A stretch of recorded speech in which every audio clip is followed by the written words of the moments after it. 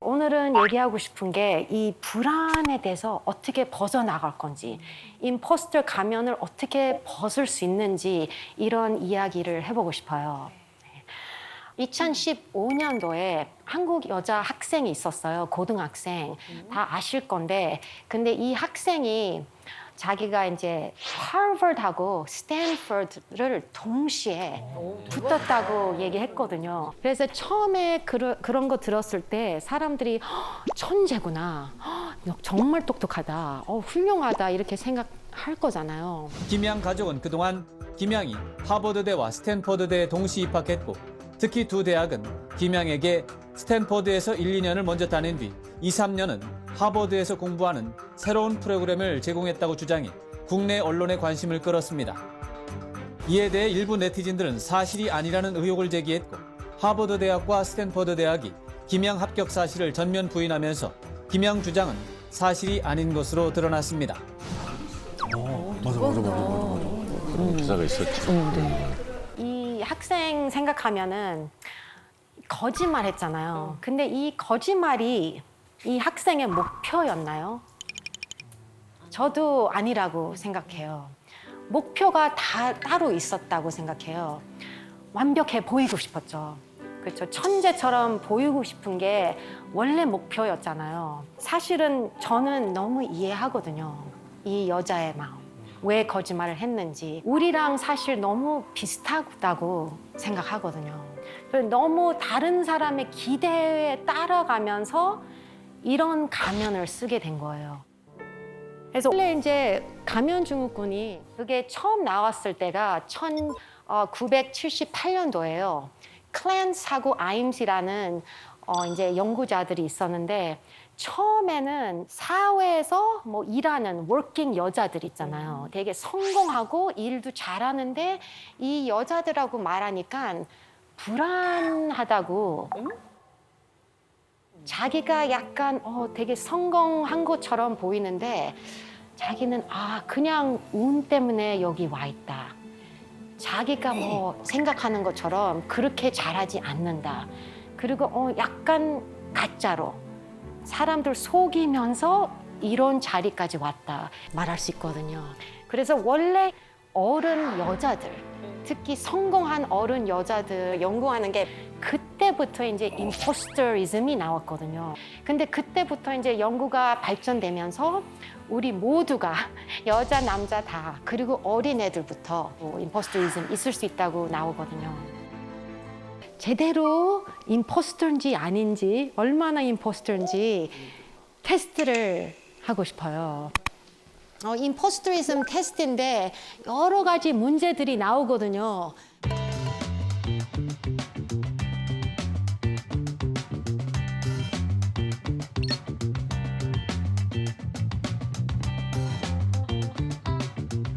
어떻게 나오셨어요? 21점 정도 나온 것 같은데. 21? 네. 28. 28. 저는 누가 채점해 주는 줄 알고 제가 안 했는데. 아니 선배님 저도 그랬어요. 네. 김상중님은 네네. 어떻게 나왔죠? 저요? 네. 저도 지금 계산 좀 해볼게요. 남정네들 정말. 아유. 여기 이한이님은 23, 한영 22, 윤지성님은 27, 김경아님은 28.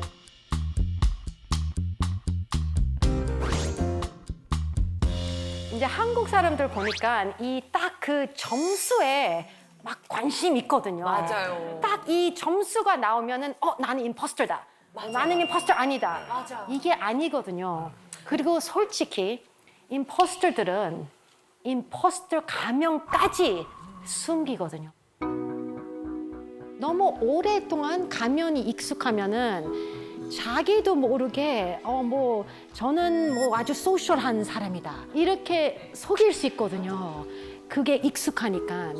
그래서 사실은 이런 척도를 막 믿으면 안 되거든요. 우리가 가면을 쓰면서 어떤 게 어려운지, 그리고 행동을 할 때 뭐가 이제 힘든 건지 그게 중요하거든요. 그래서 임포스터에 대해서 연구가 사실은 많이 없거든요. 왜냐하면 임포스터들이 많은데 근데 숨어 있어요. 한국하고 미국하고 왔다 갔다 하면서 어떤 가면들이 제일 많이 보였는지 이제 많이 생각했거든요. 이제 3가지에 대해서 알게 됐거든요. 특히 한국에서. 한국에서는 첫 번째 가면이 있는데 이거는 정말 매일매일 보는 가면인데 천재 가면이거든요. 천재 가면? 천재 가면이 뭐지? 우리가 모른다는 것을 인정 못하는 것처럼 우리 다 알아. 나 똑똑해. 100점 받았는데 나 공부 하나도 안 했어. 맞아, 꼭 그러더라고요. 네. 네. 노력에 대해서 숨기는 게 이게 딱 한국이잖아요. 한국 학생들의 많이 받고. 근데 그 노력에 숨기면서 가면을 쓰게 되는 거거든요. 왜냐하면 노력을 안 했으면 천재잖아요. 그냥 원래 알았던 거잖아요. 원래 나 조금 타고났어. 이게 제가 많이 봤던 첫 번째 가면이거든요. 어린 아이들한테도 이렇게 막 시험 볼 때 있잖아요. 나 공부 못했어. 이런 거 되게 많이 봤거든요. 근데 이제 문제가 왜 어릴 때부터 이런 가면을 쓰게 될까요? 제 생각에는 우리 어른들이 가면을 씌워지는 거거든요. 예를 들어 점수만 보고 아니면 대학교 이름만 보고 너 천재구나 이렇게 말하는 게 있거든요. 노력에 대해서 칭찬을 많이 안 하거든요. 왜냐하면 우리도 아이가 천재처럼 느끼면은 기분 좋을 거라고 착각하거든요. 기분 좋을 수 있는데 그게 잠깐이거든요. 그래서 제가 요즘에 조금 되게 걱정되고 슬픈 게 제가 너무 좋아하는 클라이본 피아니스트 컴피티션 있잖아요. 1등 했던 임윤찬.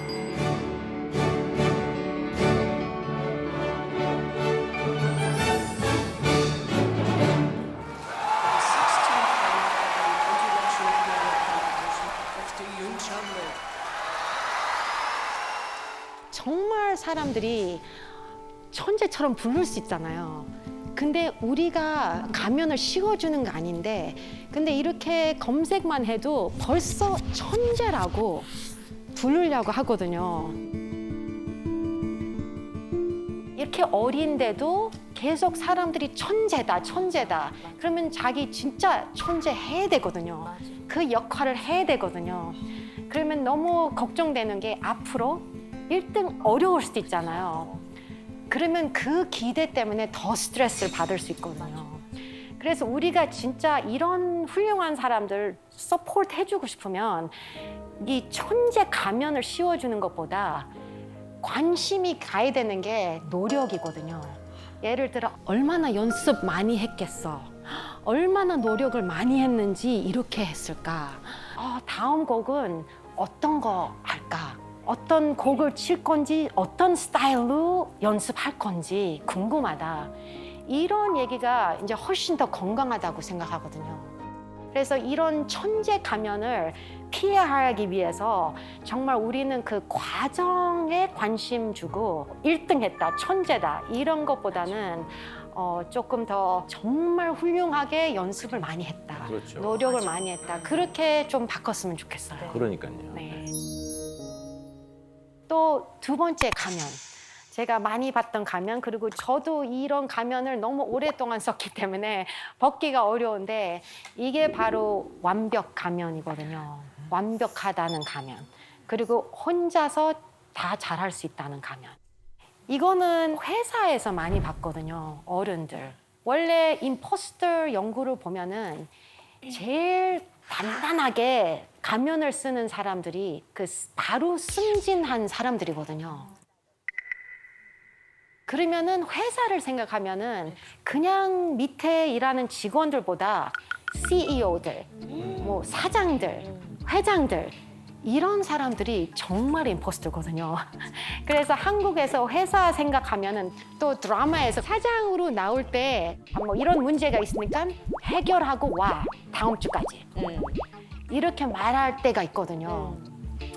그게 임포스터거든요.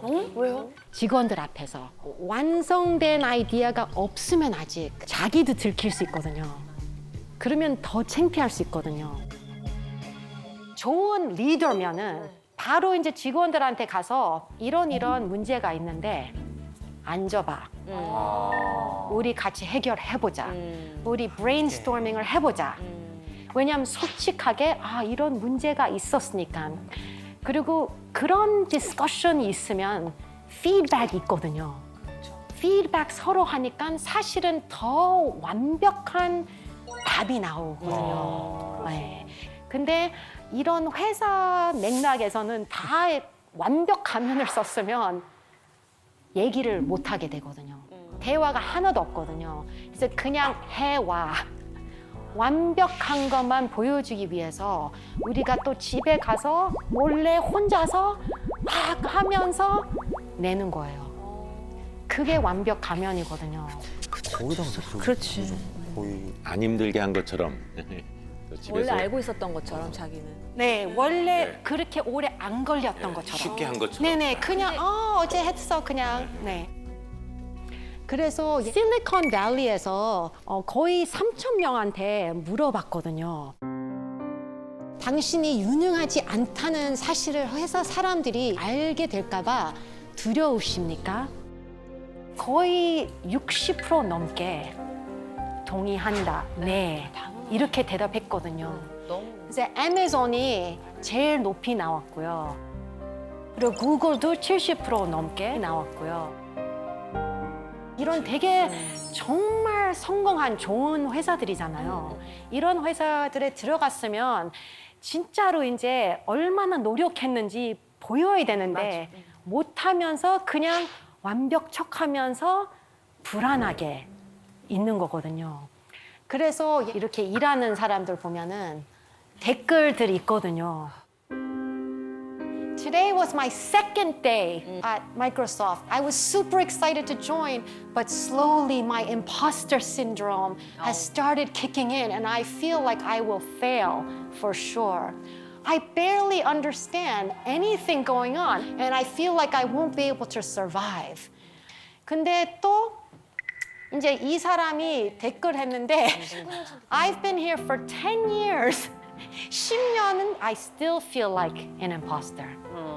아직까지 불안하게 완벽 가면을 10년 넘게 쓴 거예요. 근데 너무 이해가 되지 않아요? 저도 이제 20년 동안 교수하고 있는데 아직도 조금 완벽 가면 쓰고 있거든요. 네. 왜냐하면 들키면 안 되니까. 그래서 이제 이런 천재 가면하고 완벽 가면은 사실은 비슷한 이유가 있거든요. 그 이유가 우리가 노력하는 거를 보여주면 타고난 게 없는 거거든요. 근데 아까 말한 것처럼 한국 사람들은 타고난 거를 좀 좋아하거든요. 그거를 믿거든요. 뭐 예를 들어 토끼랑 거북이가 경주했는데 거북이가 이겼잖아요. 그래도 사람들이 우리 아이가 토끼였으면 좋겠어요. 타고난 거. 졌어도 왜냐하면 그 타고난 게 더 멋있다고 생각하거든요. 그래서 세 번째 가면이 있는데 다른 것 같지만 또 비슷하거든요. 이게 바로 겸손 가면이거든요. 제가 이제 미국에 살면서 메타인지 연구를 많이 했잖아요. 근데 메타인지 연구하면서 그런 데이터, 그런 결과들이 많이 나왔거든요. 과신하는 거. 특히 미국 사람들이 과신을 많이 하거든요. 맨날 나 너무 잘했어. 너무 잘 봤어, 이 시험을. 근데 더 못 봤거든요.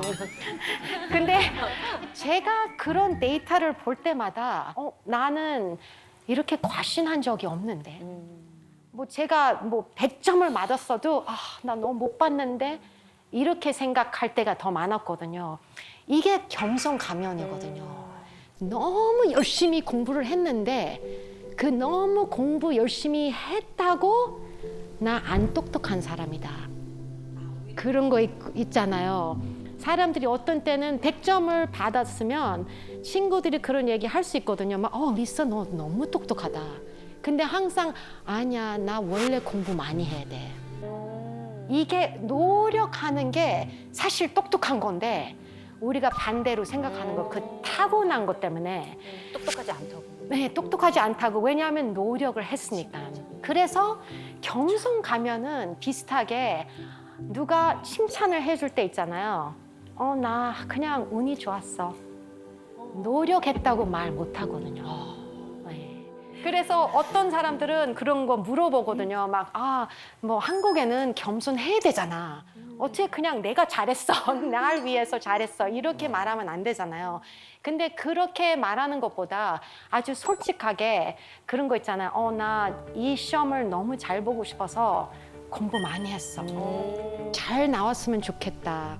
이렇게 말하는 게 사실은 뭐 잘난 척도 아니고 솔직한 거고, 그리고 다른 친구가 그런 말 들으면 그래, 너도 너무 열심히 했으니까 잘 됐으면 좋겠다.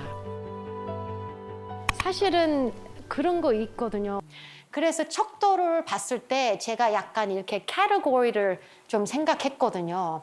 이런 게 이제 진짜 증상들이라고 생각하거든요. 그래서 타인의 평가의 두려움이 느낄 수 있잖아요, 임포스터들은. 이렇게 하면은 어떻게 될까요?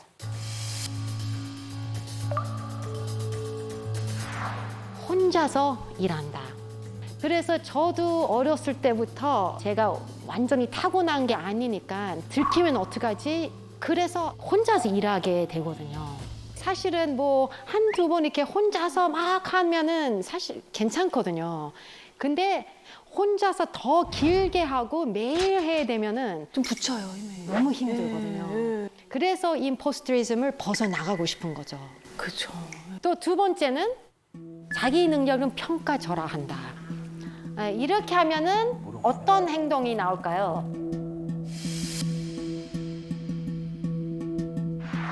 도움을 달라고 못한다. 못해. 이제 우리가 모르니까 혼자서 못하니까 도와주세요. 이렇게 말하는 게 맞거든요. 근데 내가 못났다. 나는 원래 못 배워. 아무튼 이렇게 생각하는 임포스터들은 그러면 도움을 못 받아요. 오케이, 그럼 세 번째는 완벽주의. 완벽주의가 있으면 이것도 임포스터에 들어가거든요. 그러면은 시도를 안 한다. 그쵸? 이거 맞아.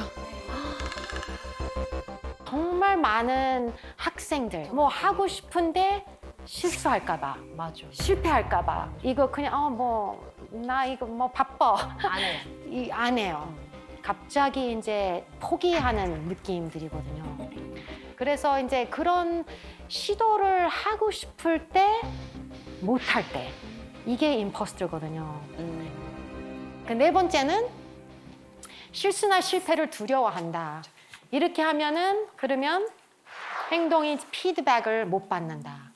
이거는 아까 말한 것처럼 회사 사람들, 특히 사장들, 회장들, 사람들 앞에서 실수를 하면은 그 두려워할까봐, 들킬까봐 걱정되면은 아무 피드백 못 받아요. 그리고 마지막은 성공을 두려워한다. 성공을 두려워한다? 성공을 두려워한다. 그러면은 인정을 피해야 한다. 이거는 아까 겸손 가면이거든요. 이제 뭐를 잘했는데 누가 너 너무 잘했어. 축하해. 그러면은 똑같이 앞으로 완벽하게 해야 되거든요. 이게 되게 무섭거든요. 이런 경험들은 저도 마찬가지지만 저희 동료들을 보면 지금은 이제 코미디 프로가 많이 없어졌지만 매주 코너를 짜잖아요. 네. 그러면 이제 소위 말하는 정말 빵빵 터치는 날이 있잖아요. 그러면 딱 그날은 정말 성공의 그 도치가 되는데 네. 그 다음 날부터 다음 주 어쩔 거야? 뭐 네. 이런 걸로 들려서 네. 그 두려움이 갑자기 확 생각나네요. 네, 그 두려움이 정말 힘들고 정말 외로워지잖아요. 아무도 모르잖아요. 그냥 가끔씩 내가 왜 혼자서 하려고 그러지? 아니면 내가 왜 피하려고 그러지? 왜 인정을 받으면 부끄러워하지? 이런 느낌들 있잖아요. 이런 느낌들 있으면서 불안해한 마음이 생기거든요. 그래서 불안한 게 다른 약간 행동으로 증상들이 또 나와요. 이게 약간 그 임포스터의 사이클이거든요. 두 가지가 이제 생기거든요. 과도한 노력 아니면 미루기. 과도한 노력은 제가 1등이거든요. 몰래, 혼자서. 근데 이제 사람 앞에서 나타나면 괜찮았어. 그렇게 오래 안 걸렸어. 그건 어렸을 때 이제 미국에서 처음 초등학교 입학했을 때는 영어를 잘 못했거든요. 그래서 선생님이 예를 들어 아주 어렸을 때 그런 ABC 배우잖아요. 그럼 ABC 뭐 잡지책에서 그림을 찾아오라고. 그래서 D 예를 들어 찾아와. 뭐 데스크 이런 거 막 찾아서 와야 되잖아요. 3개 정도 갖고 오라고 하면은 저는 6개를 찾았거든요. 더 과도하게. 왜냐하면 더 완벽해야 되고 그 가면까지 숨겨야 되니까 그게 과도한 노력이거든요. 그래서 이번에도 저는 어제 또 이제 과하게 공부를 했거든요. 모든 영상을 봤는데 조선의 왕, 영조 이 사람도 약간 임포스터 가면을 썼나 생각이 들었거든요. 왜냐하면 이 왕이 원래 왕 되는 사람 아니었잖아요. 자기 형이 왕 된 거잖아요. 근데 이제 일찍 죽고 자기가 그냥 운으로 된 거잖아요. 자기가 무슨 노력 아니면 실력 때문에 된 거 아니니까 약간 왕이 됐으니까 그 자격 있다는 것을 보여줘야 되잖아요. 그렇죠. 그래서 정말 과도하게 노력하고 또 노력하고 그래서 보니까 정말 많은 논문을 썼거든요. 그리고 그런 슬픈 얘기도 봤거든요. 그 아들에 대해서. 왜냐하면 아들도 완벽하지 않으면 또 자기가 너무 힘들잖아요. 불안하고 들킬까 봐. 그래서 그런 얘기 들으면서 이것도 가면 아닌가 생각을 했거든요. 근데 또 어떤 다른 임포스터들은 미루기로 가거든요. 미루기 많이 하시죠? 네. 특히 한국에서 보니까 학생들은 다 벼락치기 하거든요. 공부하면서 해오면서. 근데 미루기는 어떻게 보면은 뭐 다 그냥 하는 거고 그냥 게을러서 그렇게 하는 거다 생각할 수 있거든요. 근데 저는 이제 임포스터 생각을 하면서 그런 생각이 들거든요.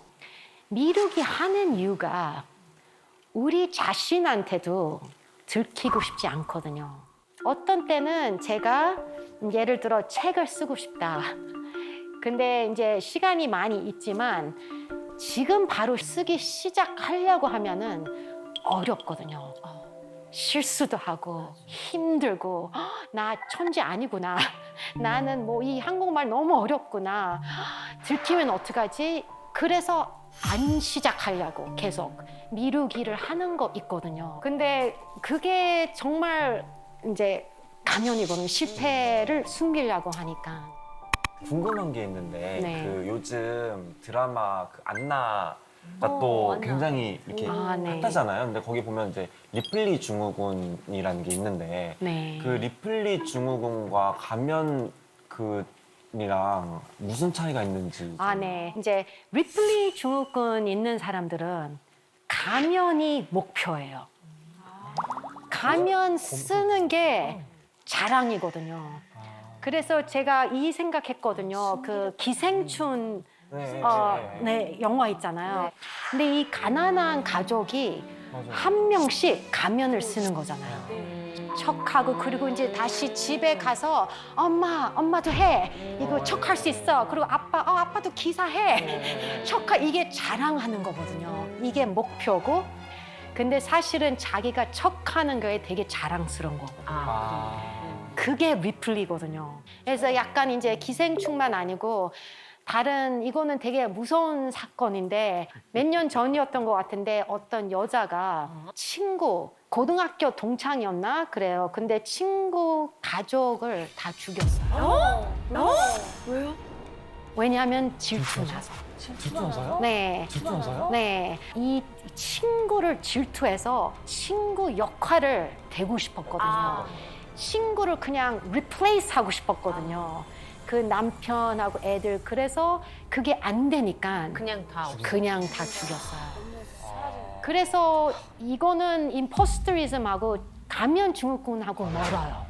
가면 증후군은 우리가 이렇게 일부러 막 누구 속이고 막 죽이고 이런 거 절대로 아니고 너무 불안해서 그냥 부족하다고 생각해서 할 수 없이 가면을 쓰게 되는 거거든요. 그래서 조금 많이 달라요. 그러네. 이제 사실은 임포스터리즘은 가면 증후군은 다른 사람들이 많이 씌워주는 거거든요. 어떤 때는. 그리고 미국에서 동양 사람으로 살면 그런 스테레오타입이 있거든요. 미국 사람들이, 백인들이 동양 사람들에 대해서 스테레오타입 가진 게 어떤 게 있을 것 같아요? 겸손하다, 겸손하다, 친절하다? 친절하다, 부지런하다. 부지런하다. 맞아, 부지런하다. 진짜 제일 크게 생각하는 건 조용하다. 아, 그래요? 조용하다. 그런 게 약간 있어요. 그래서 어떤 때는 이런 부담을 가져서 약간 에이션 사람들이, 동양 사람들이 또 많은 가면들을 쓰거든요. 조용해야 되고, 얌전해야 되고, 혼자서 그 과도한 노력 하는 거 있거든요. 그래서 이제 이 연구가 나왔는데 좋은데요. Surprising underperformance of East Asians. 동양 사람들은 사실은 뭐 학교도 잘 가고 공부도 잘하고 열심히 하고 막 뭐 대학교도 잘 가고 그리고 회사도 잘 들어가거든요. 근데 이상하게 자세히 보면은 동양 사람들은 미국에서 승진을 잘 못해요. 사장까지 못 가요. 이 리더십 포지션까지 못 가거든요. 이게 뱀부 실링이라고 나오거든요. 대나무 천장. 에이션들이 이상하게 여기 리밋이 있어요. 여기를 못 올라가는 거예요. 거기까지구나. 네. 그 이유가 low verbal assertiveness.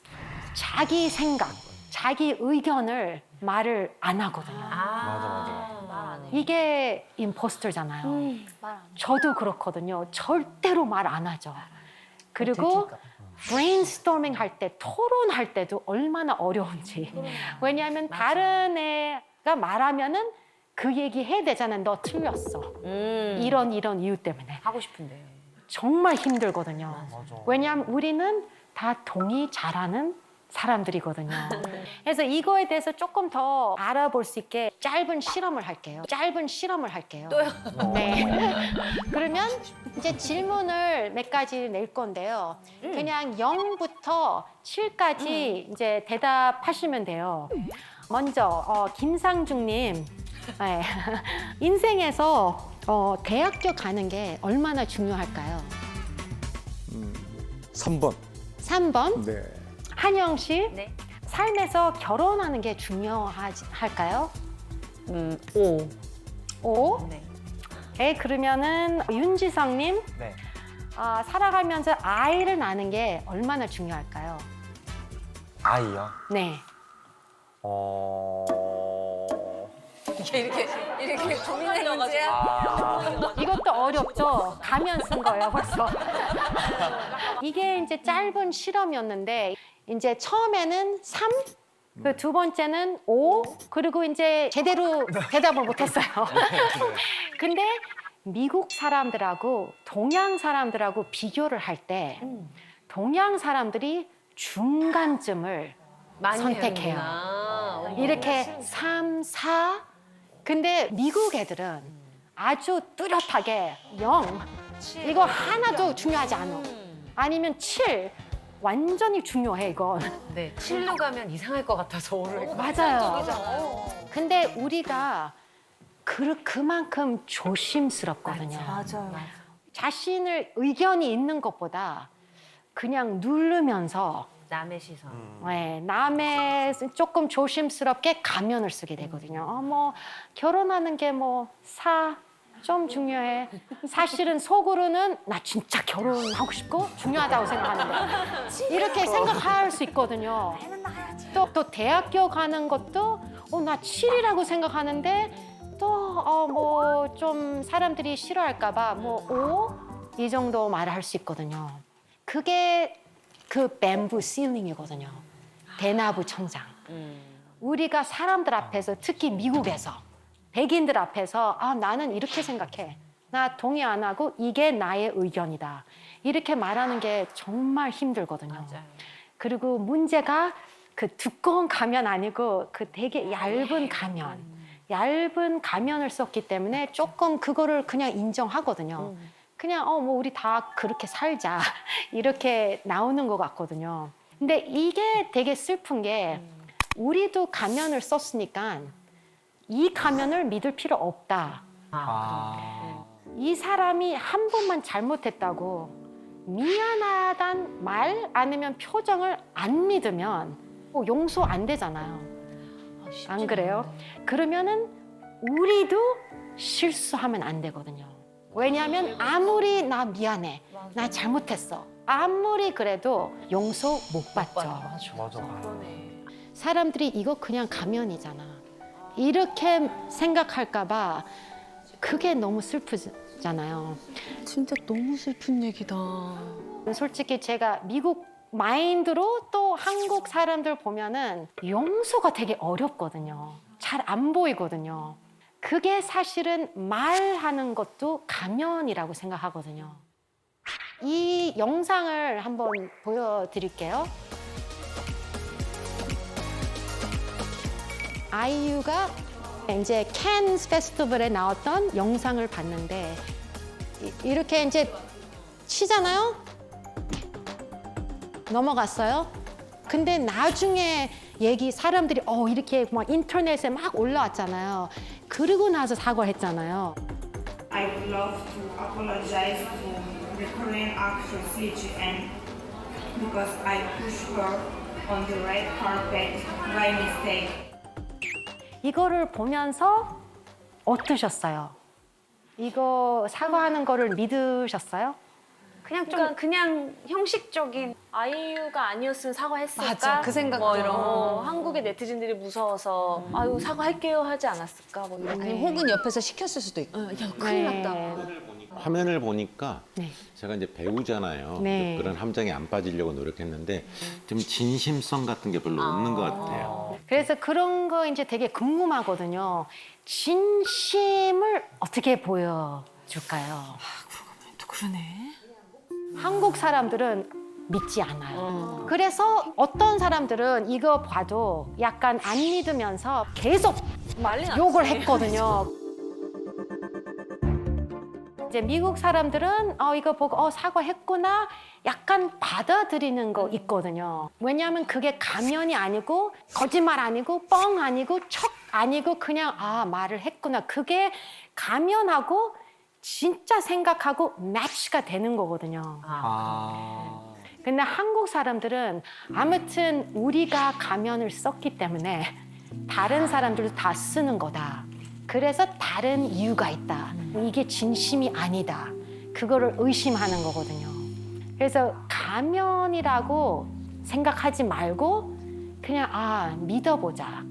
그게 약간 더 자기한테도 불안이 없어진다고 생각하거든요. 근데 그런 얘기를 많이 하거든요. 내가 먼저 용서하자. 내가 먼저 믿어보자. 그러면은 그 사람이라도 가면은 벗을 수 있거든요. 그리고 이제 어떤 사람들은 이거 봐도 약간 안 믿으면서 사과 뭐 해도 안 해도 신경 안 써. 나 그게 쿨한 척. 쿨한 가면도 있거든요. 약간 MZ 시대도 가면을 안 썼다고 생각할 거잖아. 할 수도 있잖아요. 근데 약간 요즘 친구들 보면은 좀 그냥 쿨한 것 같아요. 면접 증세가 어떻게 됐어요? 제가 이게 MZ라고 하면 나이가 32살이거든요. 그래가지고 막 마냥 어리지는 않아요. 그러네, 20대인 줄 알았는데. 네, 어려 보여요. 네. 나이가 32살이다 보니까 우리 세대네. 네, 그냥 맞다 이렇게 살짝 걸쳐 있는 세대긴 한데 뭔가 할 말 있으면 가면 쓰지 않고 바로바로 예를 들어 뭐 직장에서 뭔 일 있어 저 그만둘게요. 그리고 막 인터넷에 글 써. 나 오늘 그만뒀다, 이렇게. 회사 썰 푼다 막 이러면서 맞아, 뭔가 되게 맞아. 막 나 되게 막 그게 쿨해 이런 게 좀 약간 그러면 그 친구들은 가면을 쓰지 않은 그런 가면 건가요? 그럼? 네, 그럴 수도 있는데 제 생각에는 쿨한 척 가면이거든요. 그런 척 가면 풀병 가면. 두렵겠지. 그들도 네. 두렵겠죠. 그 사람들도 그 친구들도 이런 실수의 두려움이 있는 거거든요. 예를 들어 뭐 사장이 이거 잘못했어. 그거를 못 견디는 거예요. 그 사람 앞에서 됐어 나 관둬. 그러면 회사를 계속 관두면은 좋은 거 아니잖아요. 근데 제가 다시 한번 해볼게요. 이거를 하는 용기가 없는 거예요. 그걸 못 하는구나. 그게 쿨한 척 가면일 수도 있거든요. 네. 그래서 이제부터 가면을 진짜 우리가 벗을 수 있는지 그 얘기를 조금 해보고 싶어요. 먼저는 제가 이제 옛날에 했던 실험을 하나 보여드리고 싶어요. 원숭이 실험이거든요. 원숭이를 먼저 내기를 하게 했거든요. 네가 이 내기 행동으로 뭐를 아는지 뭐를 모르는지 보여달라고. 고릴라도 아니고 침팬지도 아니고 정말 우리보다 한 살도 이제 인지적으로 한 살도 안 되는 원숭이였거든요. 근데 이 원숭이도 내가 이거를 알고 내가 이거를 모른다는 것을 인정할 수 있거든요. 이 실험을 보여주는 이유가 우리는 사람인데 원숭이만큼을 잘 할 수 있어야 되잖아요. 안 그래요? 이 한 영상이 있는데 이제 하나씩 보면서 메모리 테스트를 할 거거든요. 그래서 계속 보시면 이렇게 누르면서 이제 테스트가 나올 거예요. 객관식으로. 이제 찾아서 누르면 내기를 하게 했거든요. 맞았으면 나 많이 걸 거다. 틀렸으면 나 많이 안 건다. 이제 찾아서 이제 나 많이 걸었어. 그러면은 3개 들어오거든요. 근데 다음 트라이얼에는 틀렸는데 많이 걸을 거예요. 틀렸는데 그래도 3개가 나가요. 3개가 나가요. 어머. 많이 걸. 근데 자기가 잘못했다고 알죠. 근데 이거는 이제 어머, 나 이거 안 걸 거다. 이쪽 거 그냥 하나만 들어와요. 왜냐면 나 확실하지 않아. 아하. 이거를 이제 보여주는 실험이었거든요. 근데 이 원숭이도 내가 이거를 알고 내가 이거를 모른다는 것을 인정할 수 있거든요. 그게 메타인지죠. 그러네. 또 2번째 실험했거든요. 이거는 다른 4마리 가지고 했는데 이 실험에서는 A, B, C, D를 눌러야 되거든요. 그 맞는 순서로. 근데 어떤 리스트는 familiar 했어요. 그 전에 많이 배웠던 리스트였고 그래서 아는 거예요. A, B, C, D를. 근데 어떤 리스트는 new 리스트예요. 그냥 처음 보는 리스트예요. 그러면은 저도 A가 뭔지 모르잖아요. 우리가 뭔지 모르잖아요. 근데 이 실험에서 보여주는 게 이 원숭이들이 이거를 누를 때 있잖아요. 이게 나 힌트 주세요. 나 도와주세요. 버튼이었거든요. familiar 리스트를 벌써 알잖아요. 그러면 도움 필요 없잖아요. 그렇죠? 이거를 안 누르는 거예요. 근데 세고 오면은 이거를 눌러야 되잖아요. 그게 딱 그렇게 나왔거든요. 이게 new 리스트고 이거는 familiar. 이제 벌써 아는 리스트. 근데 보니까 accuracy는 new 리스트는 많이 틀렸고 familiar 리스트는 많이 맞았고 근데 힌트를 보면은 반대. 이제 이거 세고니까 나 힌트 주세요. 그래서 이 2가지 실험을 합쳐서 보면은 원숭이들도 나 이걸 모르니까 도와주세요. 이게 제대로 된 메타인지거든요. 근데 이렇게 하는 게 정말 힘들거든요. 그래서 이제 2가지 이 가면을 탈출하는 방법에 대해서 이제 디렉트하게 말하고 싶은데 첫 번째는 들키기 학습이라고 말하고 싶어요. 그냥 들키기 하면 안 되고 막 어디 가서 나 이거 못해 몰랐어 실패였어 이거 아니고 일찍 들키기. 그게 제일 안전하거든요. 중요한 시험 망치는 것보다 그 전에 공부할 때 셀프 테스트를 하자. 일찍 미리 해가지고 이거 어렵구나. 나 시간 더 많이 필요하는구나. 아니면 나 친구한테 물어봐야 되겠다. 안전한 일찍 들키기가 중요하거든요. 두 번째는 들키기 아니고 비슷한데 실수, 학습. 실수하는 거예요. 실수로 또 아까처럼 그냥 막 실수하는 게 아니고 사람들 앞에서 해보자. 그래서 제가 대학교 갔을 때 진짜 한국말을 제대로 배우고 싶으니까 엄마한테 편지 쓰자. 이제 한국말로. 왜냐면 그런 기회가 많이 없잖아. 한국말 쓸 수 있는 기회. 그래서 이렇게 썼는데 엄마가 이제 답장이 왔어요. 엄마가 이렇게 다 고쳐줬거든요. 아이고. 이것도 안전한 들키기도 되고 그러네. 실수, 사람 앞에서 엄마한테. 실수. 그러네. 그래서 이 실수가 너무 중요하거든요. 우리가 이제 그런 얘기를 많이 하잖아요. 아이들한테 너 성공할 수 있다. 친구들한테도 야, 너 할 수 있어. 이렇게 말 많이 하잖아요. 저는 사실은 그런 말들이 막 도움이 안 되거든요. 더 감동받는 거랑 더 도움되는 게 이런 말이라고 생각하거든요. 너 실수할 자격이 있어. 괜찮다고. 너 오래 걸려도 돼. 필요하면은 도와달라고 말을 해달라고. 사실은 성공에 대해서도 좀 바꿨으면 좋겠어요, 생각을. 왜냐면 우리는 그런 거 있잖아. 막 대학교 됐으면 성공. 뭐 회사 들어갔으면 성공. 근데 우리는 정말 매일매일 성공들이 있거든요. 피곤했어도 뭐를 해냈으면 그것도 성공. 뭐 아이하고 좋은 대화했으면 성공. 그렇죠. 뭐 아이가 뭐 책 읽어주는데 집중했으면 성공. 근데 제가 말하고 싶은 거는 실패도 일었을 수 있다. 왜냐하면 어떤 사람들은 진짜 그 끝에 실패할까 봐 너무 두려워서 시도를 안 하는 거거든요. 맞아. 네. 근데 완벽 가면을 썼으면 우리 아이들도 쓰게 되거든요. 왜냐하면 엄마 앞에서도 완벽해야 되니까. 실수하면은 엄마가 싫어할까 봐.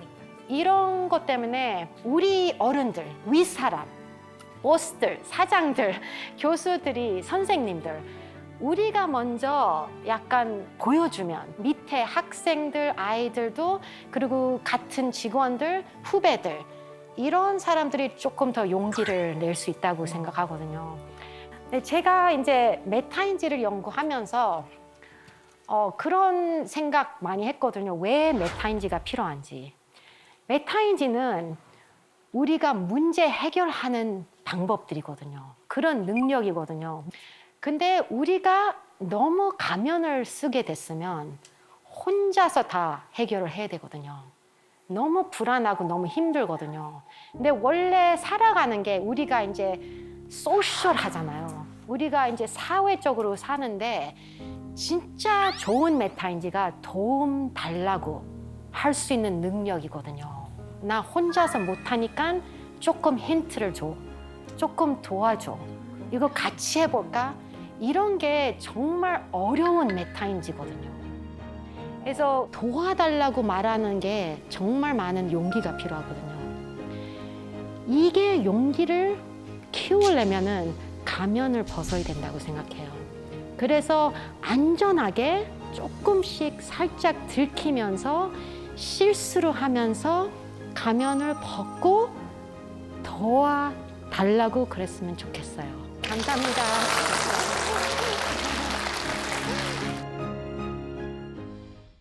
왜 그거 아세요? 오늘 나오신 네 분 패널분을 포함해서 예전에 어쩌다 어른에 또 패널로 나오셨던 많은 분들, 이런 분들의 소위 말하는 인터넷 백과사전들 있죠. 네. 거기 정보들을 보면 왜 당연히 성함은 있을 테고 이름 있고 생일 어느 학교를 주로 졸업하셨나 뭐 이런 것도 있겠죠. 또 어떤 거 있을까요? 어떤 거? 혈액형 누가 말씀하셨어요? 혈액형은 다 있어요. 그런데 지금 예전의 혈액형의 역할을 지금 또 다른 MBTI라는 것이 지금 하고 있습니다. 그래서 첫 번째 타인죠. 바로 MBTI죠. MBTI죠.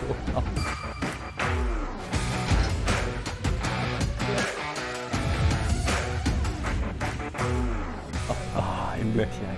많은 분들이 지금 공감하셨어요. 아, 정말 MBTI 너무 집착하는 사람들이 많다. 혹시 이 자리에 MBTI 검사를 한 번도 해본 적이 없다.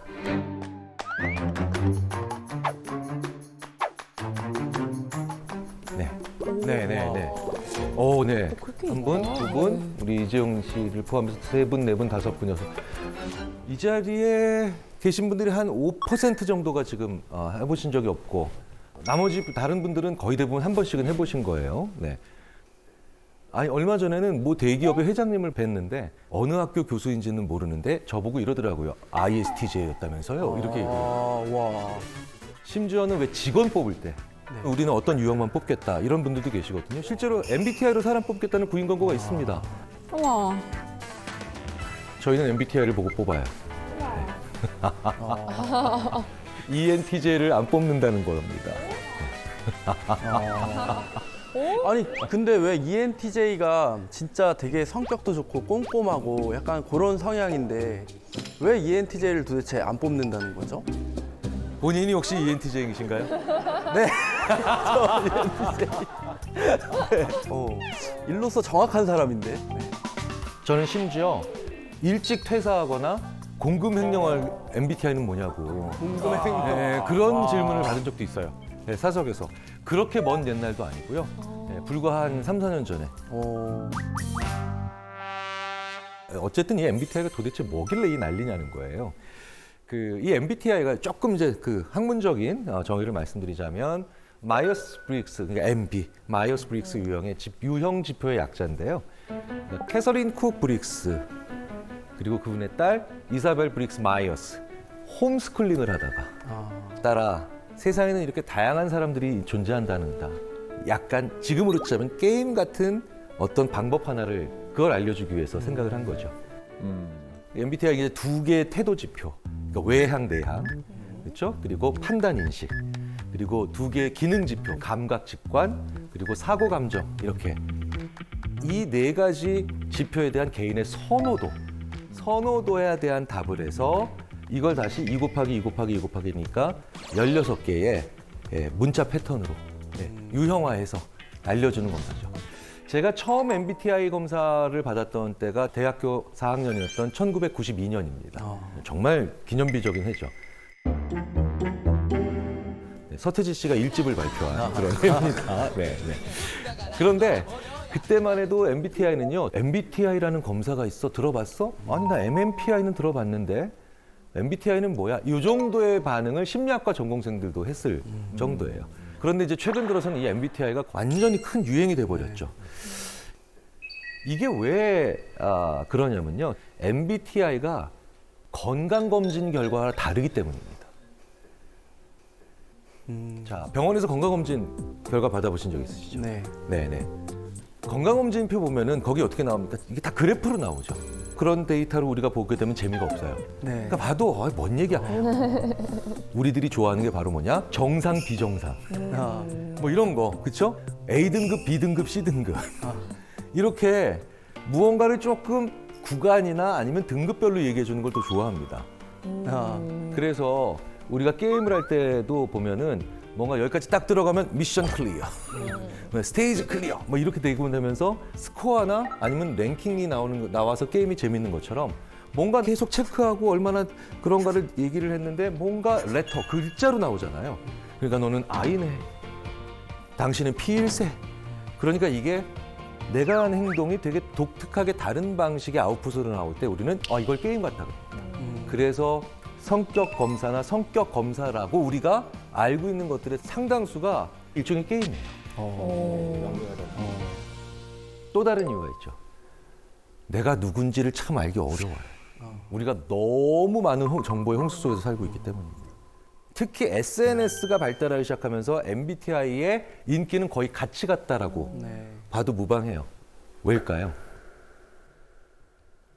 제가 얼마 전에 적금을 한번 탄 적이 있어요. 알토랑 같이 한 달에 50만 원씩 3년을 벌습니다. 그러면은 이게 몇 천만 원이죠. 거의 자동차 한 대가.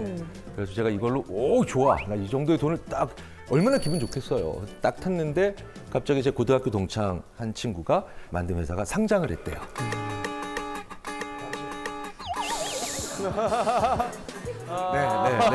네. 제가 3년 동안 모은 돈이 걔가 어제부로 벌은 돈의 1%가 안 되더라고요. 네. 그러니까 저는 그저께까지는 이 지구상에서 제일 큰 부자인 것처럼 넉넉한 마음을 가지다가 불과 36시간 후인 오늘 아침에 어떤 식의 느낌입니까? 진짜 아무것도 아닌 존재처럼. 이 과거에는 이런 방식의 느낌을 가질 수가 없죠. 그러니까 내가 어떤 사람인가를 알아가고 그다음에 느끼는 게 나의 어떤 자아 정체감이라고 하는데 이게 너무나도 쉽게 바뀌는 거예요. 그래서 안 변하는 내가 무엇인지 궁금한 겁니다. 나의 안 변하는 건 뭘까? 네. 자, 그런데 MBTI라고 하는 것을 우리가 과연 어디까지 믿을 수 있고 그리고 어떠한 상황에서 믿어야 되는지에 대해서는 우리가 좀 생각을 해볼 필요가 있죠. 자, 나 MBTI를 3번 이상 해봤는데 3번 다 완전히 똑같았다. 계세요? 혹시 손 들어보세요. 네. 그러니까 의외로 많지 않다는 거예요. 3번 다 ENTJ. 네, 저는 늘 3번 이상 해봤는데 늘 ENTJ. ENTJ였나요? 네. 오, 독특하시다. 그 재미없는 걸 3번 이상씩 한다고. 참 성격 희한하네. 근데 저는 궁금한 게 사실 저는 처음 MBTI 검사를 했던 게 이제 군대 훈련소 가갖고 했었거든요. 근데 그때는 되게 길었어요. 검사 문항도 굉장히 많고 요즘 그 저희가 이제 어플이나 뭐 이렇게 나오는 검사들은 조금 간략하게 한 10분 안에 끝날 수 있잖아요. 그게 좀 신뢰도가 있는 검사인가요?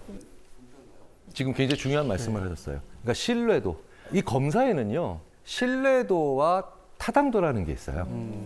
신뢰도는 뭐냐면 사람이 그대로라면 결과도 그대로여야 되죠. 예를 들자면 이런 겁니다. 저의 머리 둘레 같은 거. 굉장히 신뢰롭죠. 어제 쟤도, 내일 쟤도, 그렇죠? 네, 똑같겠죠. 그냥 크겠죠. 네, 머리 둘레. 네. 하지만 저의 머리 둘레로 저의 지능을 판단한다. 그랬으면 좋겠어요. 말도 안 되는 거죠. 이게 그러니까 저의 머리 둘레는 신뢰도는 굉장히 높지만 저의 머리 둘레로 지능이 얼마나 높은가를 얘기한다는 건 전혀 타당하지 않죠. 그러니까 신뢰도가 높은 거랑 타당도가 높은 거 양쪽 다 있어야 되거든요. 네. 자, 그런데 이 MBTI는 이런 측면에서는 약간 제한점이 있겠죠.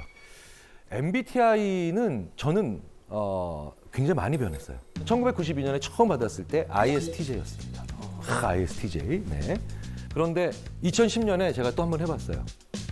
ENTP예요. 네. T만 빼놓고 싹 다 바뀐 거죠. 다 변하셨네요. 네. 최근에 다시 해봤습니다. 도로 ISTJ예요. 와. 성격 검사라고 부르는 데는 그러면 무리가 있다는 거죠. 성격은 그 사람의 고유한 속성이고 그리고 잘 안 변하는 속성이거든요. 잘 생각해 보세요. 고등학교 졸업할 무렵 되게 말 많았던 친구는 지금도 말 많아요. 그리고 그때도 계속 시간 약속 많이 어기던 친구는 지금도 시간 약속 많이 어기고요. 그리고 그때도 굉장히 고독했던 친구는 지금도 고독합니다. 성격은 그 사람의 잘 변하지 않는 고유한 속성에 가까운데 MBTI는 굉장히 많이 바뀌더라고요. 자, 그런데 저 같은 분 많이 계실 거예요. 어떻게 나오나요?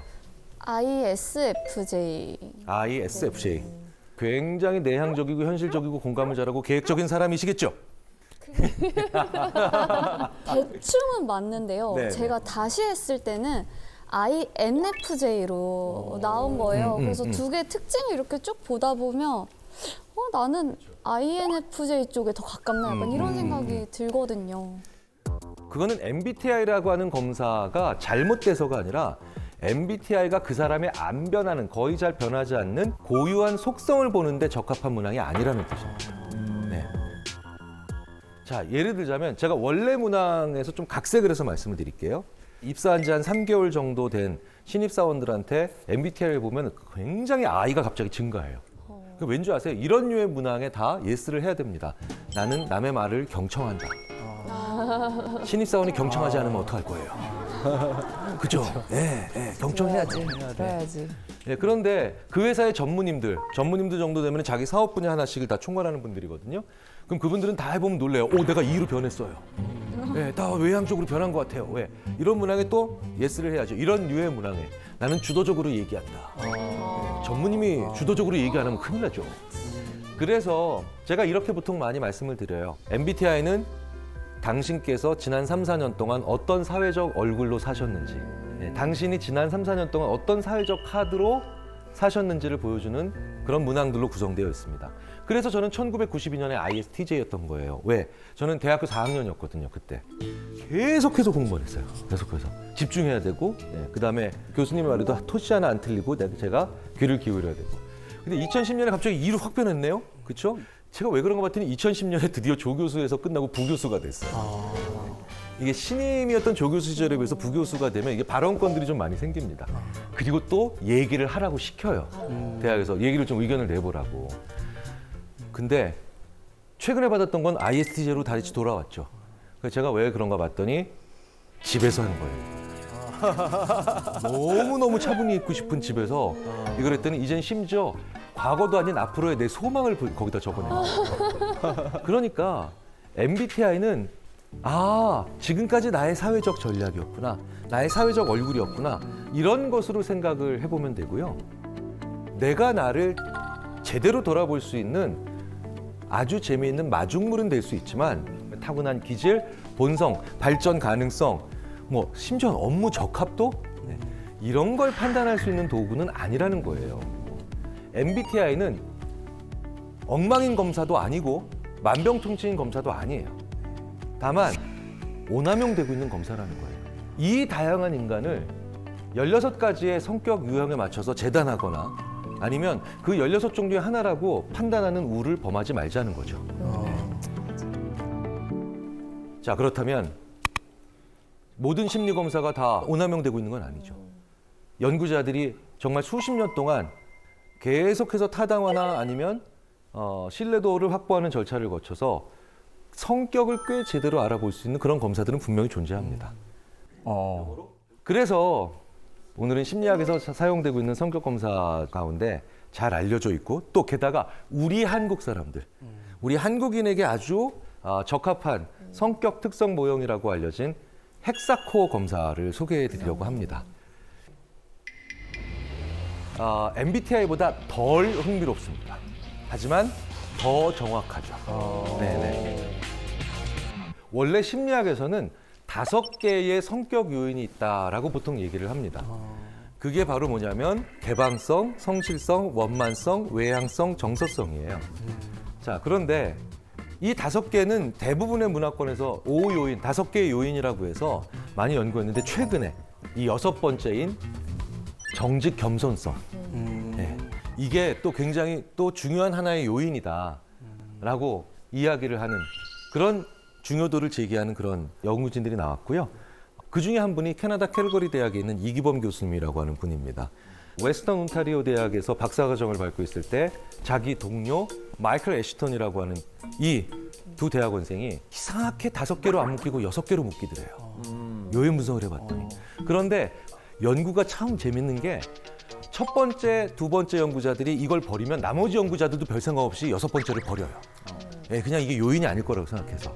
그런데 이 두 분은 이거 묶일 수 있을 것 같은데? 라고 하면서 기존의 5개의 요인이라고 보고를 했던 연구자들에게 다 이메일 보내고 전화하고 그다음에 편지 보내서 혹시 6개 요인으로 묶이는 것 같지 않우? 라고 물어보기 시작한 겁니다. 그랬더니 그러게 이 6번째 뭐지? 그래서 이 6가지 요인에 이름을 붙여보자. 그게 정직 겸손성이라는 거죠. 그래서 정말 오랜 시간의 노력 끝에 만들어진 검사고 현재 굉장히 많이 심리학자들이 사용하고 있는 그런 연구죠. 어떤 항목으로 이렇게 구성이 되어 있느냐면요. 자, 미술관에 가는 것을 지루하게 느낀다. 자, 다른 사람들이 내 방이나 책상이 지저분하다고 가끔씩 놀린다. 싫어하는 사람에게 얻고 싶은 것이 있다면 그 사람에게 친한 척할 것이다. 되게 민망한 문항이죠. 근데 한 번쯤 이거 사실 우리가 제일 고민되는 문항이죠. 네. 사실은 이런 문항이 우리에게 있어서 한국 사람들한테 되게 중요한 문항입니다. 이런 식으로 문항이 100개, 질문이 100개 정도 이어지는 거예요. 네, 시간이 좀 걸리죠. 자, 여기 계신 분들과 이거 100개를 다 하면 오늘 시간 다 지나니까 다 해볼 수는 없어서 미리 옆에 계신 네 분의 패널께 저희가 부탁을 드렸어요. 미리 검사를 진행했다는 거죠. 네. 결과를 보실까요? 네.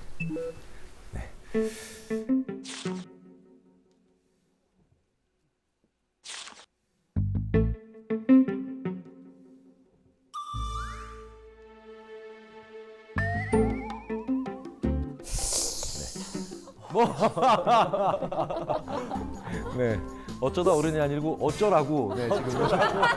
어쩌라고.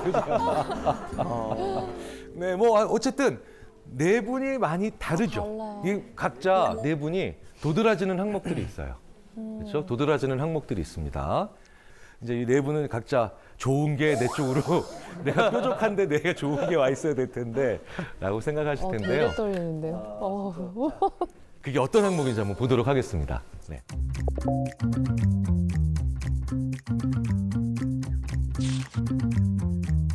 네. 나 성실. 나 너무 창피해. 이렇게 돼 있어요. 네. 어우 창피해라. 먼저 이재용 씨와 김용준 씨부터 먼저 말씀을 드리도록 하겠습니다. 자, 이재용 씨 굉장히 개방성이 높죠. 자, 여기서 이 개방적이다라고 하는 건 내가 틀렸다라는 걸 알려주는 사람을 거부하지 않는 거예요. 그리고 내가 몰랐던 사실을 내가 알게 되는 걸 두려워하지 않는 겁니다. 그거 진짜 많아. 그래서 소위 말해서 미국 같은 경우에는 청년들의 스타트업이 많은 주일수록 그 주의 개방성이 높아요. 그러니까 다른 사람들과 잘 친화적으로 잘 지내려고 하는 욕구가 우호성이나 원만성이라고 하면, 개방성이라고 하는 건 그들과 잘 못 지내도, 심지어는 기존 멤버들과 어느 정도 마찰이 있다 손 치더라도 새로운 변화를 추구하는 걸 두려워하지 않는 거. 네, 이런 거예요. 이런 겁니다. 자, 그런데 김용준 님은요, 또 다른 패턴이에요. 약간 동글동글하는데 성실성 쪽이랑 그다음에 외향성 쪽이 높죠. 사실은 여기서 가장 외향적인 분이 김용준 씨예요. 예, 외향적. 자, 근데 이 외향적이다라고 하는 걸요, 막 사람들 앞에서 막 나서는 거 좋아하고 그다음에 사람들과 계속해서 또 신나게 막 활기차게 지내는 거, 이렇게만 생각을 보통 하시거든요. 이것도 상당히 중요한 오해입니다. 그렇게 치자면 제가 이제 이후에 말씀드릴 한승현 님은 지금 이런 위치에 있다는 게 말이 안 되는 분이에요. 말이 안 되는 분이죠. 더 쉽게 말씀드리자면 외향적이다라는 건 사람을 상대할 수 있는 나의 소위 말하는 그날의 연료량이에요. 연료량이에요. 네. 제가 좀 폭력적인 언어라서 잘 안 쓰려고 하지만 실탄이 충분하다는 거죠. 네. 실탄이 일찍 바닥나는 분이 내향적인 분. 그다음에 실탄이 좀 충분한 분이 좀 외향적인 분으로 볼 수 있는데, 그래서 김용준 님은 전형적인 특징이 안 지쳐요. 네, 안 지쳐요. 네, 네. 그런가요? 진짜 그래요? 그렇다면 이제 정말 재미있는 두 분. 네. 신하영님과 일단 모양 자체가 확연히 다르죠. 신하영님은 지금 많은 분들이 지금 성실성을 보고 계실 거예요. 성실성. 네. 그런데 성실성이 높다라는 것과 낮다라는 게 반드시 게으르다의 반대말로 이해하시는 건 되게 큰 오해입니다. 왜냐하면 창조적인 사람들이 성실성 낮은 경우가 되게 많아요. 네, 그렇기 때문에 기본적으로 자유롭고 개방적인 사람들이 성실성이 떨어지는 패턴으로 나오는 거는 오히려 더 보편적입니다. 신하영 씨 같은 분들이 그래서 과감해요. 실패하는 걸 두려워하지 않아요. 일단 부딪혀보자. 네, 실패하는 거 좋아해요. 네. 그리고 배우고. 네, 그 경험이 너무 좋아요. 이런 분이 사회에 있어야 사회가 더 도전하고 새로운 데 시각을 뜨는 그런 일들이 생깁니다.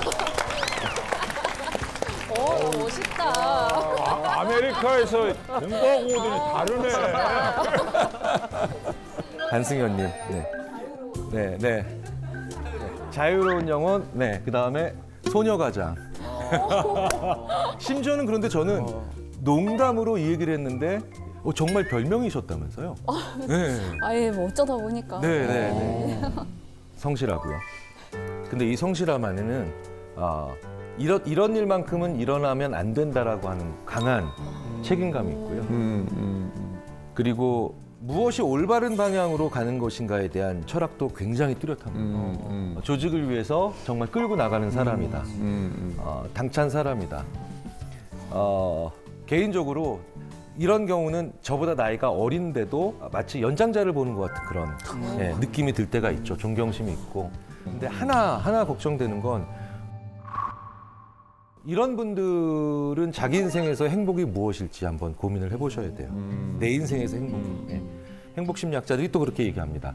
행복은 목표가 아니라 도구입니다. 무슨 얘기냐? 왜 사세요? 행복하려고요? 그것보다는 살려면 우리가 행복해야 된다는 거죠. 자주 조금씩 늘 행복해야 되는데 이 책임감 강한 분들, 윤리의식 강한 분들, 성실함까지 같이 가지고 있으면서도 늘 도전하는 분들이 쭉 나중에 보고 보면 이분이 근데 행복할 데가 없어요. 성취가 그렇게 많은데도. 그래서 조언을 하나 드리자면 여기서 조금 더 즐거운 삶도 집어넣으시면 어떨까라는 생각이 들어서 말씀을 드렸고요. 이 헥사코 검사도 나중에 한번 받아보시면요. 아주 재미있는, 더 중요한 건 사람을 유형화하지 않는 데 가장 중점을 둔 검사 결과라는 걸 말씀을 드리고 싶습니다. 자, 이런 테스트를 하는 이유는 뭘까요? 바로 자신과 타인을 더 정확하게 그리고 본질적으로 알고 싶어 하는 거죠. 제가 얼마 전에 자동차를 한 대 구입을 했는데 이제 종이로 인쇄를 안 하더라고요, 매뉴얼을. PDF 파일로 이렇게 주는데 그걸 제가 읽고 있더라고요. 자동차 매뉴얼을. 왜냐하면 제가 무려 6번이나 이런 경험이 있거든요. 제가 차를 팔았습니다. 이제 신차를 구입해서 뭐 5년이든 10년이든 타고 팔았는데 판날 알게 된 거예요. 그 기능이 있었다는 거예요. 맞아.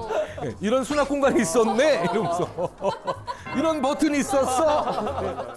저는 무려 5년이나 탄 차에 공기청정 기능이 있다는 걸 몰랐었어요. 잠깐 이거 되게 창피한 건데.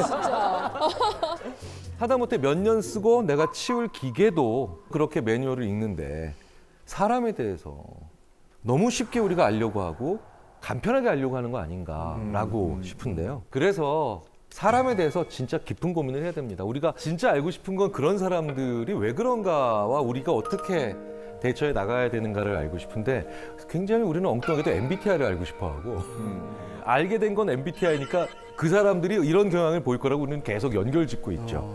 사실은 그렇게 생각하기보다는 인간을 정말 우리가 깊게 제대로 이해하려면 그 사람들의 마음을 하나하나씩 그때마다 제대로 들여다볼 수 있는 그런 눈이 필요하겠죠. 늘 밝은 사람들, 속을 모르겠는 사람들, 늘 웃고. 근데 이런 분들도 누군가에겐 사실 의외로 지옥일 수 있습니다. 긍정적인 수준을 넘어서 이 사람은 늘 밝은 모습만 나한테 보여주니까 오히려 내가 이 사람한테 나는 어떤 문제가 있는 사람이 아닌가 싶을 때가 있는 그런 경우가 있더라는 거예요. 이런 경우를 심리학자들이 부적절하게 밝은 사람이라고 표현합니다. 이런 것도 일종의 허세예요. 허세죠. 사실 허세 많이 부려보셔서 아시잖아요. 저도 옛날에 길 가다가 한번 넘어졌는데 친구가 야 괜찮아 이거 있잖아요. 야 너 엉덩이에서 피 아니야. 사실 사람들은 내가 남들에게 약하게 보이기 싫고 내가 남들에게 동정받기 싫다라고 하는 그런 욕구가 있죠. 그런데 괜찮지 않은데 괜찮은 척하는 걸 너무 끈질기게 하는 사람들은 첫 번째 그냥 말 그대로 남에게 피해 주는 게 너무 싫은 사람들, 이런 사람들이 있어요. 두 번째 유형으로는 내가 화나고 슬프고 괴롭고 힘든다는 걸 보여주면 사람들이 자기를 안 좋게 볼 가능성이 높아진다라고 불안해하는 사람들이죠. 사실 이런 유형이요, 진짜 위험한 게 과로사가 쉬워요. 모든 과로사하는 분들이 그렇진 않지만 과로사하는 분들 중에 상당수가 가족분들의 얘기를 들어보면 너무 안타까워요. 힘들다는 시그널을 안 주신 거예요. 그러니까 가족분들에게도 훨씬 더 큰 상처가 되는 경우들이 있죠. 자, 이런 경우가 어떻게 제일 많이 만들어지는 줄 아세요? 감정을 표현했을 때 욕을 많이 먹어본 사람. 어렸을 때부터 힘들다, 아프다라고 하는 표현을 너무 못하게 그런 과정을 거친 겁니다. 어렸을 때 남자애들한테 남자는 우는 거 아니야. 남자애들은 그러는 거 아니야. 여자애들은 그러는 거 아니야. 뭐 참 상처되는 말이잖아요. 부정적인 감정은 왜 느낄까요? 온에서 오는 생존 신호예요. 화가 난다, 짜증이 난다, 분노가 치밀어 오른다, 힘들다. 이런 모든 시그널들은 표현할 수 있어야 됩니다. 적정하게 화냈다 그러면은 그건 정당한 거예요. 감정을 자꾸 이렇게 표현하는 것 자체를 억누르게 되면 그 감정에 대한 눈금 자체가 발달이 안 됩니다. 예, 그래서 그러니까 뭐뭐 하는 거 아니야는 참으로 아이를 그쪽 전체의 그냥 판단 능력을 상실하게 만들어 버리는 아주 안 좋은 그런 언어예요. 부정적인 언어. 그렇죠. 그리고 그걸 억누르게 만들면서 하는 또 안 좋은 말이 있어요. 내가 참 어른스러워요, 이거. 맞아. 그러니까 어른스럽다라는 것 자체가 무조건 안 좋은 말인 게 아니라 감정을 억누를 때마다 어른스럽다라고 하는 얘기를 해버리면 감정을 안 보여야만 나는 오히려 잘하고 성장하고 있는 거구나라는 생각을 하게 되죠. 이게 또 직업 특성상 어쩔 수 없이 연예인분들이나 아니면 뭐 방송 쪽, 뭐 서비스업은 정말 그런 경우가 많죠. 내 감정을 누르고 안 보여야 되는 경우가 너무 많죠. 네. 이렇게 보여줘야 되는 것이 많은 그런 일들을 하시는 분들은 어쩔 수 없이 늘 밝은 모습을 보여야 된다는 강박증이 되죠. 이걸 뭐 스마일 마스크 증후군이라고 표현하는 경우도 있는데 내가 감정을 제대로 표출하지 못한다는 거, 이것도 사람을 탈진시킨다는 겁니다. 굉장히 유명한 실험들이 있잖아요. 자아고갈 실험 같은 거. 다른 사람들 다 춤출 때 가만히 있어야 되는 거. 이 사람이 한 시간 동안 그걸 시켜놨더니 푹 쓰러지더라는 거예요. 에너지를 쓴 거예요, 그러니까. 춤춘 사람들이 에너지를 쓴 것 같지만 내 감정을 표출하지 못하고 가만히 놔두는 이 과정 속에서 오히려 더 사람은 탈진하게 되고요. 그런데 그 사람은 자기가 왜 탈진했는지 이유를 더 모르죠. 그러니까 자기를 무기력하게 만들어요. 심하면 이게 조울증이나 아니면 양극성 우울 장애로까지도 이어질 수 있는 그런 경우가 있기 때문에 자기 감정을 어느 정도는 표출할 수 있는 그런 것들이 필요하죠. 이런 분들이 있다면 결국은 나는 이 사람의 한 가면이랑만 사귀고 있다는 느낌? 네. 이런 것들을 가지게 되면서 허망합니다. 이런 경우는 어떻게 되냐면요. 그 사람이 자기 패를 보일 때에만 내 패를 먼저 내가 보여줘야 됩니다. 아, 내가 솔직하지 않으면 상대방도 나한테 솔직하게 나오지 않겠구나, 안 보여주겠구나 라고 하는 그런 느낌을 가지게 해야 됩니다. 저도 그런 친구 하나 있어요. 상당히 친한 친구인데 자기 부모님의 부고를 알리지 않았던 경우가 있어요. 네, 부고를. 전 적잖은 충격을 받았어요. 네. 지난 30년 동안 저한테는 힘든 모습을 안 보였던 거예요. 그러니까 그때도 안 보이더라는 거예요. 그래서 제가 얘기했죠. 나도 똑같이 힘든 일 있을 때 너한테는 알리지 않을 거야. 실제로 그렇게까지도 얘기를 했습니다. 그 친구가 곰곰이 생각해보고 저한테 단단히 사과를 하더라고요. 가깝고 친한 사이라면 보일 건 보여야 됩니다. 그런데 그 중에 하나가 바로 뭐냐? 내 감정이에요. 난 괜찮아. 그냥 좋은 말이 아니라는 거예요. 그 사람과의 관계를 더 이상 발전시키지 못하게 만드는 차단막이나 아니면 장벽이 될 수도 있어요. 자기 혼자 안 불편한 척, 자기 혼자 괜찮은 척. 이것도 또 하나의 위선이라는 걸 우리가 한번 생각을 해볼 필요가 있다는 거죠. 그런데 어떻게 그 사람만 잘못이 있을까요? 그 사람이 늘 나랑 있을 땐 괜찮다라고 얘기하는 건 사실 나한테 문제가 있을 수도 있습니다. 나랑 같이 있을 때 유난히 나는 괜찮다라고 얘기하는 그런 사람이 있다면 한 번쯤은 내가 그 사람의 감정을 너무 가볍게 여겼거나 그 사람을 다른 사람들 앞에서 너무 희화화하거나 웃음거리로 전락시키지 않았는가를 한번 생각해 볼 필요가 있어요. 나도 모르게 그럴 때가 있거든요. 저도 모르게 그렇게 당한 경우가 있어요. 제가 지난주에도 강의평가 때 이 얘기를 듣고 제가 한번 상처를 받았는데 강의평가 때 머리 크다는 얘기는 왜 쓰는 거예요? 이야, 정말 온 마음을 다해서 색출하고 싶은데 자기 외모 신체 콤플렉스가 누구나 다 있잖아요. 어느 정도는. 그래서 짧은 다리, 그다음에 큰 머리 뭐 이런 거에 대해서 저도 조금씩 저의 컴플렉스가 있었는데 유난히 그때 저만 보면 야 짤다리라고 하면서 짧은 다리 친구가 왔다라고 놀리던 키 큰 친구가 있었어요. 지금은 그 친구가 짤다리라고 막 옆에 계속 쫓아다니면서 놀려도 전혀 상처를 안 받아요. 야, 짧으니까 안 넘어지잖아요. 무게 중심이 밑에 있는 게. 한국 유도가 왜 이기는 줄 알아, 임마? 안 넘어가는 줄 알아? 막 이러면서 이제 쉽게 오히려 즐기면서 얘기를 하는데 저한테 한 대학교 1학년 그 시기에 유난히 고농담을 많이 했던 그 친구는 전혀 악의가 없는 친구였거든요. 저도 한 10년이 지나고 난 다음에 문득 깨닫게 되더라고요. 아, 내가 유난히 얘 앞에서는 괜찮은 척하고 있다는 거예요. 네. 이 사람한테서는 내가 약점 보이기가 싫고 내가 만약에 힘들어한다라는 건 내가 뭔가 패자가 되고 있다라는 그런 생각을 저도 모르게 하고 있더라는 거예요. 그 친구한테 그런 입장이 된 게 아닐까라는 생각을 해볼 필요도 있죠. 항상 밝은 게 그런데 꼭 안 좋은 것만은 아니죠. 긍정적인 경우도 있습니다. 바로 이런 거예요. 아주 자기 인식 능력이 좋은 사람들. 주위에 이런 분들 있죠. 오늘은 안 나가야 되겠어. 그래서 왜? 그랬더니 오늘 나가면 말싸움 딱 붙어서 싸우기 딱 좋은 날이야. 오늘은 안 나가는 게 상책. 전 처음에 너무 재수가 없어가지고 야, 네가 무슨 노스트라다무스야? 네가 그걸 어떻게 알아? 그런데요. 그 친구는 저보다 한 10년 먼저 자기가 자기를 볼 수 있는 능력을 생각해서 이제 그게 되고 있는 거더라고요. 그냥 귀찮아서가 아니라 이런 상태에서 나가면 많이 지칠 것 같다. 상처받을 것 같다. 이런 것들 있잖아요. 자기가 밝을 수 있을 때에만 밖에 나올 수 있는 정도의 사람들. 그만큼 내가 나를 잘 알고 있다는 거예요. 이거 진짜 기령 좋은 사람. 우와. 내 감정이 무엇을 말하고 있는지를, 내 감정 상태가 어떤 시그널을 주고 있는지를 또 정확히 아는 거. 이걸 메타 정서라고 하죠. 메타 정서가 좋은 사람들이 이런 분들이에요.